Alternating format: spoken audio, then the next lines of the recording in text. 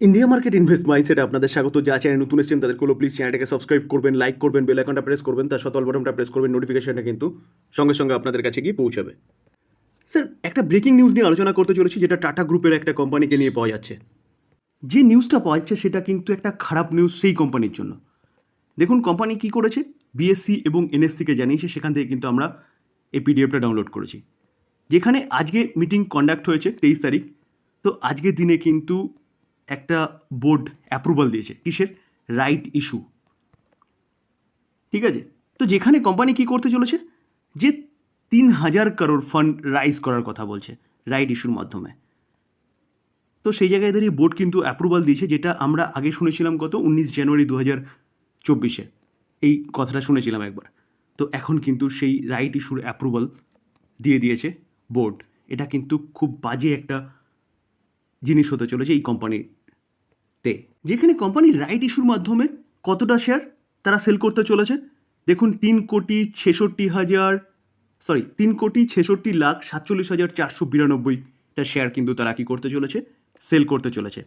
Sell করে তারা মোটামুটি 2,997.77 crore ফান্ড রাইজের কথা বলছে। এবার সবচেয়ে বাজে জিনিস হচ্ছে গিয়ে কি, যে তারা রাইট ইস্যুর জন্য প্রাইস কত রেখেছে পার ইকুইটি শেয়ার, 818, যেটা কারেন্ট মার্কেট প্রাইস থেকে কিন্তু অনেকটা নিচে।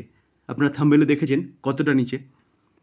তো রেকর্ড ডেট কবে রাখা হয়েছে দেখুন, 27 জুলাই। তো যারা পার্টিসিপেট করতে চান তারা কিন্তু এই 27 জুলাই রেকর্ড ডেট এর মধ্যে কিন্তু করতে পারেন। যেখানে কোম্পানি কি বলছে, রাইট ইস্যুর পিরিয়ড যেটা দেওয়া হয়েছে, যে রাইট ইস্যু ওপেনিং ডেট 5ই আগস্ট হচ্ছে 2024, এবং ক্লোজিং ডেট হচ্ছে কি 19 আগস্ট, অর্থাৎ 27 জুলাই। যেটা কি, যারা 27 জুলাইয়ের মধ্যে যারা আর কি এই কোম্পানিটা বাই করবে তারা কিন্তু এই ইস্যুতে পার্টিসিপেট করতে পারবে।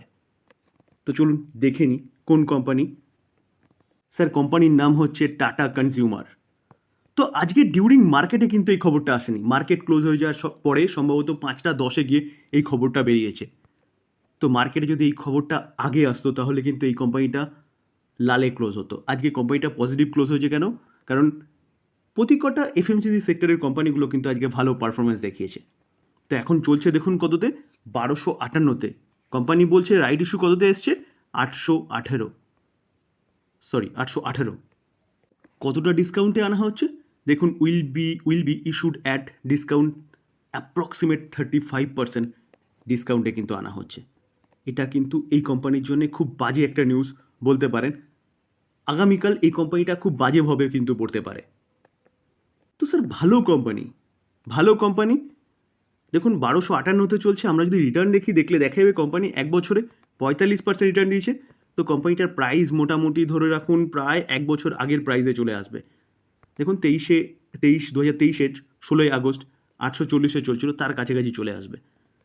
তো দেখুন 5 বছরে দেখলে দেখা যাবে 386%। তো এফএমসিজি সেক্টরের এই কোম্পানিটা কিন্তু খুব ভালো রিটার্ন দিয়েছে, খুব ভালো শেয়ার হোল্ডারদের পয়সা বানিয়ে দিয়েছে। তো স্যার, এই কোম্পানিটা যদি এই কারণে নিচে আসে, 818-তে না আসলেও যদি 900 বা 950-এর কাছাকাছি আসে, অনেকটা ডিসকাউন্টে আসবে। তো এই কোম্পানিটা কিন্তু আপনি রাডারে রাখতে পারেন ইনভেস্টমেন্টের জন্য, লং টার্মের জন্য বেস্ট কোম্পানি বলতে পারেন। স্যার, ফাইন্যান্স সেক্টরের দিগ্গজ কোম্পানি বাজাজ ফাইন্যান্স চলছে কততে, 6,732-এ চলছে। আজকে 2%-এর ওপরে একটা গিরাবার দেখা গেছে। আজকে কত তারিখ, আজকে 23 তারিখ।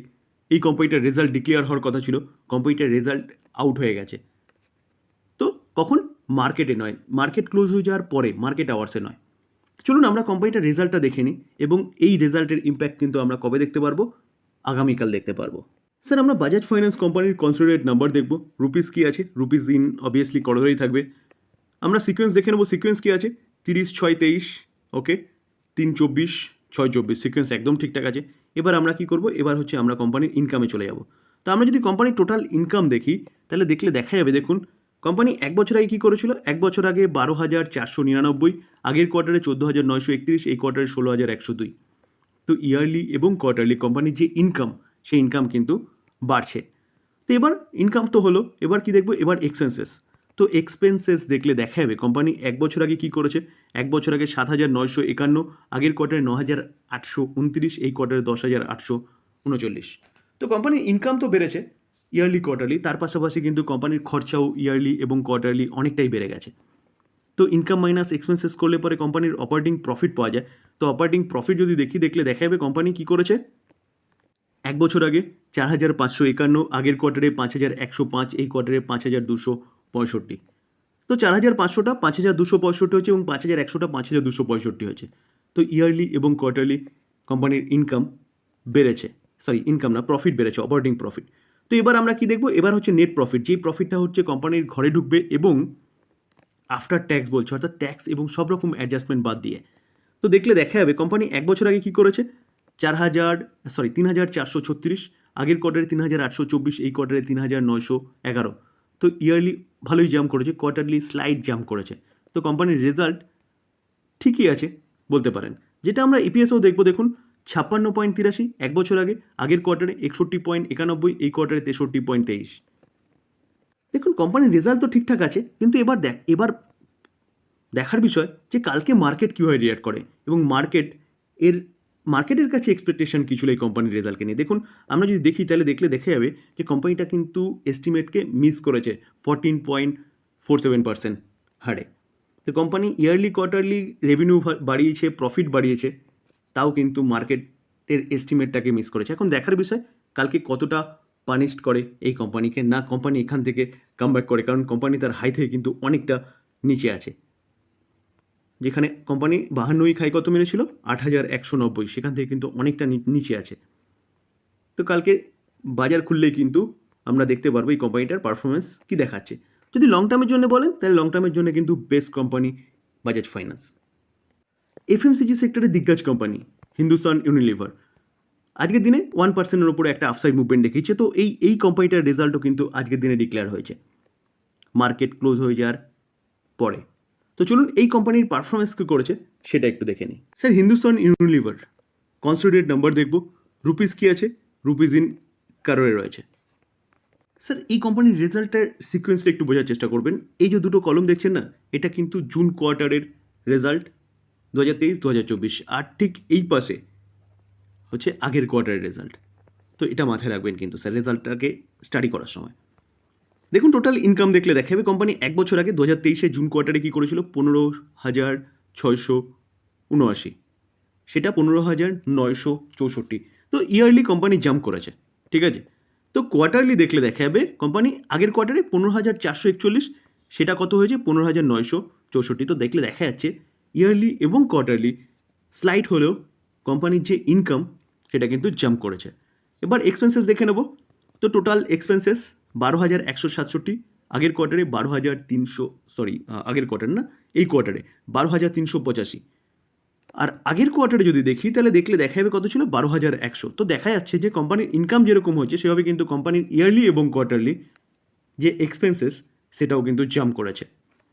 তো ইনকাম মাইনাস এক্সপেন্সেস করলে পরে কোম্পানির অপারেটিং প্রফিট পাওয়া যায়। তো অপারেটিং প্রফিট দেখলে দেখা যাবে কোম্পানি এক বছর আগে কী করেছে, 3,512, আগের কোয়ার্টারে 3,500, এই কোয়ার্টারে 3,579। তো 3,512টা স্লাইটলি জাম্প করেছে ইয়ারলি অপারেটিং প্রফিট, এবং আগের কোয়ার্টারে দেখলে দেখা যাবে কোম্পানি 3,341। তো 3,341টা কত হয়েছে, 3,579। তো ইয়ারলি সামান্য জাম্প করলেও কোয়ার্টারলি কিন্তু কোম্পানি ভালোই পারফরমেন্স দেখিয়েছে। তো এবার আমরা কি দেখব, এবার হচ্ছে আমরা প্রফিট আফটার ট্যাক্স দেখব বা প্রফিট ফর দ্য পিরিয়ড দেখব। তো প্রফিট ফর দ্য পিরিয়ড দেখলে দেখা যাবে মানে মেন প্রফিট যেটা কোম্পানির ঘরে ঢুকছে, যেটা কিন্তু ট্যাক্স এবং যা কিছু অ্যাডজাস্টমেন্ট আছে সেটা বাদ দিয়ে দেখলে দেখা যাবে 2,556 এক বছর আগে, এই কোয়ার্টারে 2,612। তো ইয়ারলি কোম্পানির যে মেন প্রফিট সেটা জাম্প করেছে, এবং দেখলে দেখা যাবে এক বছর আগে কী ছিল, 2,561। তো 2,561টা 2,612 হয়েছে, এবং এক বছর আগে 2,556টা 2,612 হয়েছে। তো দেখলে দেখা যাচ্ছে ইয়ারলি এবং কোয়ার্টারলি স্লাইটলি কোম্পানির যে প্রফিট ফর দ্য পিরিয়ড অর্থাৎ মেন প্রফিট সেটা কিন্তু জাম্প করেছে। স্যার এই রেজাল্টটা আলোচনা করার সময় একটু আমারও গন্ডগোল হয়ে গেছিলো, কারণ সবকটা সিকোয়েন্স থাকে একরকম, এটা সিকোয়েন্স একটু অন্যরকম, একটু বুঝে নেবেন। দেখুন কোম্পানির রেজাল্ট মোটামুটি ঠিকঠাক করেছে বলা যেতে পারে। তো এই কোম্পানি নিয়ে তারাই চিন্তাভাবনা করবেন যারা সেফলি ইনভেস্টমেন্টের জন্য খোঁজেন, কারণ এই কোম্পানিটি কিন্তু আপনাকে পাকিয়ে দেবে। দেখুন আমরা যদি রিটার্ন দেখি, কোম্পানি এক বছরে অনলি ফর 7% রিটার্ন দিয়েছে।